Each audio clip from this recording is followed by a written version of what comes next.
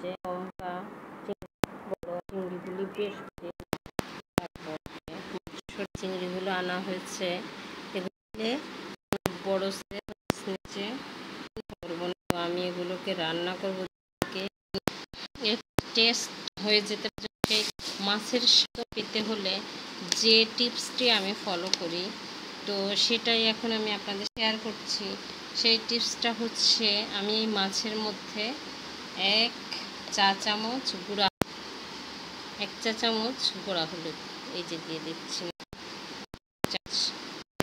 1 চামচ লবণ দিয়ে দিচ্ছি। পানি হয়ে রেখে দেবেন তাহলে, এবং এই মাছটাকে রেখে দিব। এখন সকাল 7টা, তো আমি এভাবে রেখে দিলাম। এরপরে আমি হচ্ছে আমার আরেকটা মাছ আছে, এটাকে আমি ভাপা করব। সেজন্য আমি বড় সাইজ নিয়েছি, পিস ইলিশ মাছের মাথা নিয়েছি। মাছে বেশি বড় না, তবে বড় দোকানে নিয়ে আজকের মাছটা আমার, কারণ মাছ কাটতে তোর ভালো লাগছিল না। মাছগুলা একটু পাতলা সাইজ করেছে। আমি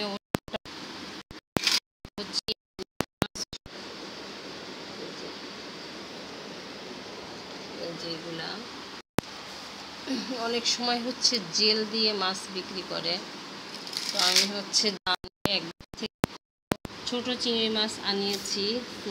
এটা নিয়ে আসছি হচ্ছে এই জন্য ভর্তা করব ময়লা সহ, কিন্তু আসলে এই ছোট শুনবেন যে একই ঘরে 4-5 জন মানুষ মারা গেছে কোনো খাওয়ার পর, বা এই জন্য আমি লাগবো এই যে বড় চিংড়ি ঠিক সেভাবেই লবণ, তারপরে একটা কারণ মাছ যায় হয় অনেক টাইম কারেন্ট চলে গেলে, তো এর ভিতর গন্ধ হয়।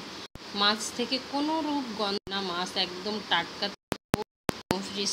ফ্রিজ ফ্রেশ দিয়ে নরমালি গন্ধ